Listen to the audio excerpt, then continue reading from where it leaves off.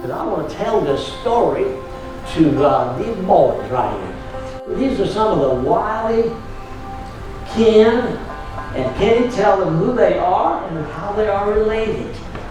Three of my grandchildren. Three of your grandchildren. Bill, Creighton, and Zion. They're my daughter's children. She has 6, and I've got 3 Okay, of well, them very good. Well, this is a hot tale. And how old are you? 11. 11? 2? No. 3, okay. Only 6. 6. That's just around the age that I was in this story. This one's 6 and that one's 4. Okay. Well, we went hunting one night, possum hunting. You know what possums are, right? You ever played possum? No? Okay. Well, we were going, there was 4 of us.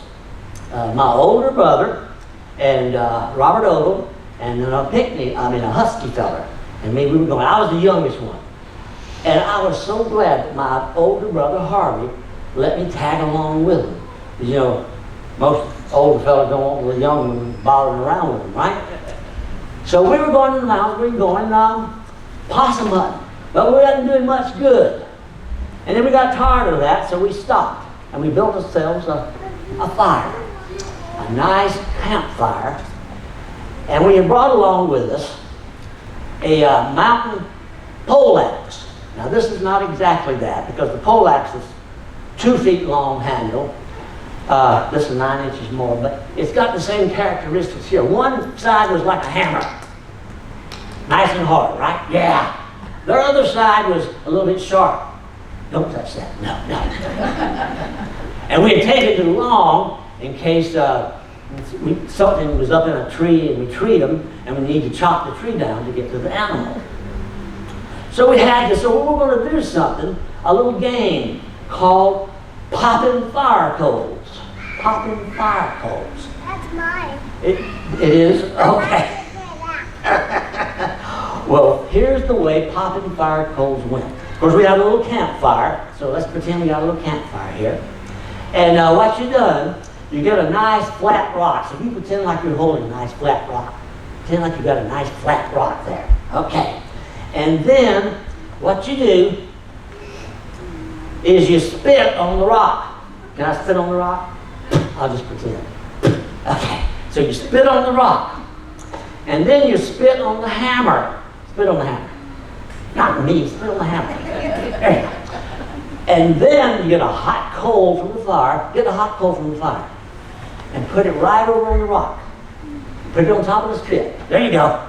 And then you raise that poleaxe way up high, and then you hit it, and it goes kabang. Say kabang with it. Kabang! Whoa! It's loud. It's like a rifle going off. Oh my gosh, that was fun. Oh, we had so much fun hearing that thing go loud like that. So we wanted to keep on doing that. Spitting and hitting, spitting and hitting. Well, now, I was the youngest one. And the guy named Pinckney, he and I were the ones that were told that if any sparks fly off or any coals went over the leaves and started a fire, we were supposed to put them out. So that was our job. So we done that.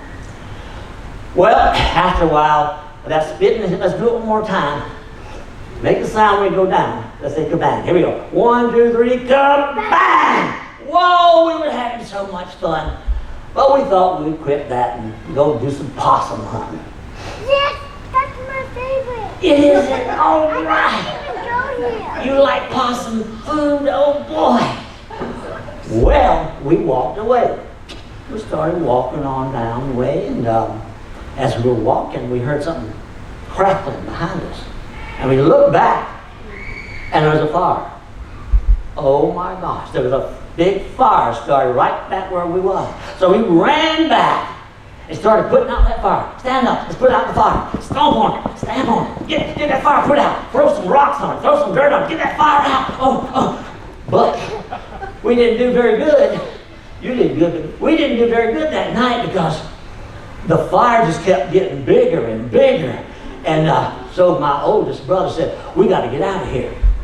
So there was a kind of a weak spot in the flames. So let's go this way, he said. So they all started running out that way, 3 of them. But I was the last one, and I was the littlest one. And by the time it got my time, that flame had got so high, it was higher than I was, and I changed my mind. I wasn't going to try to go through it. So I went the other direction. And I started running that thing. And all around me, oh, it was burning everywhere. Oh, it was terrible. It was just awful. And trees were falling down with flaming fire on them. And it was just everywhere. It was just hot and getting closer and closer and closer and closer. And finally, I thought, oh my, I'm a goner. But I saw this log, this big log, a hollow log.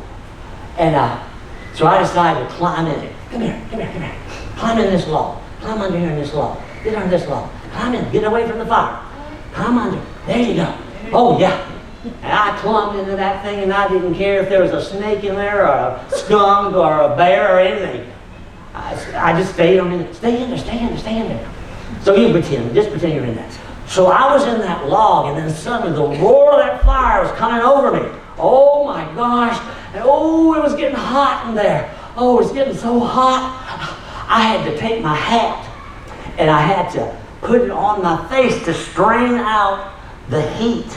So put the bandanas on your face. We don't have a hat. Just put the bandana on your face. And strain the air. Oh, it's so hot in there. Oh my gosh. Well, finally,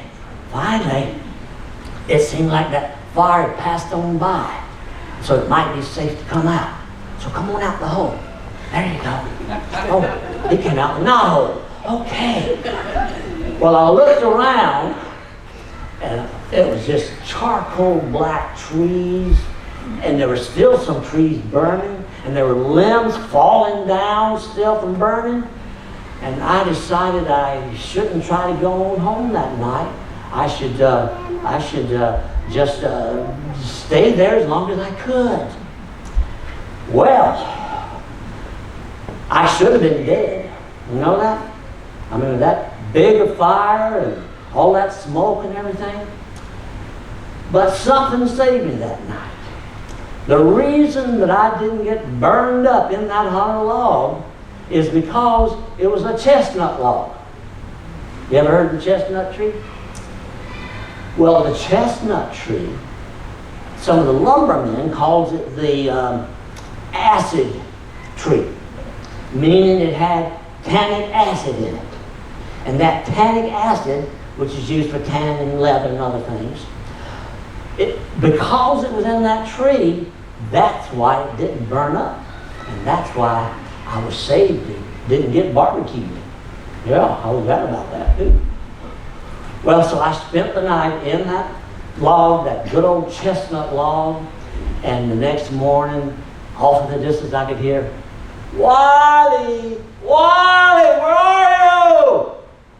And I said, here, say here. Here, I'm here.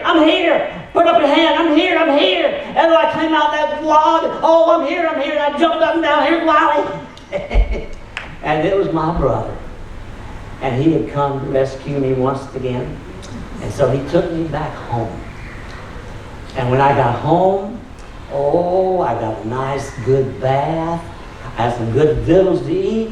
And I slept like a log, but not in a log. I was done with that. So that's how a dead tree saved my life. How about that story? And thank you, Lord. Appreciate you coming back. Have a seat.